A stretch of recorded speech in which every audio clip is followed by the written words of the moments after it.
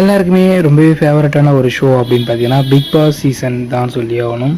இப்போ big Boss season 7 இப்போ தான் முடிஞ்சிச்சு. பிக் பாஸ் சீசன் 8 வந்து இப்போ ஸ்டார்ட் ஆக போகிறதா வந்து நியூஸ் வந்துட்டுருக்கு.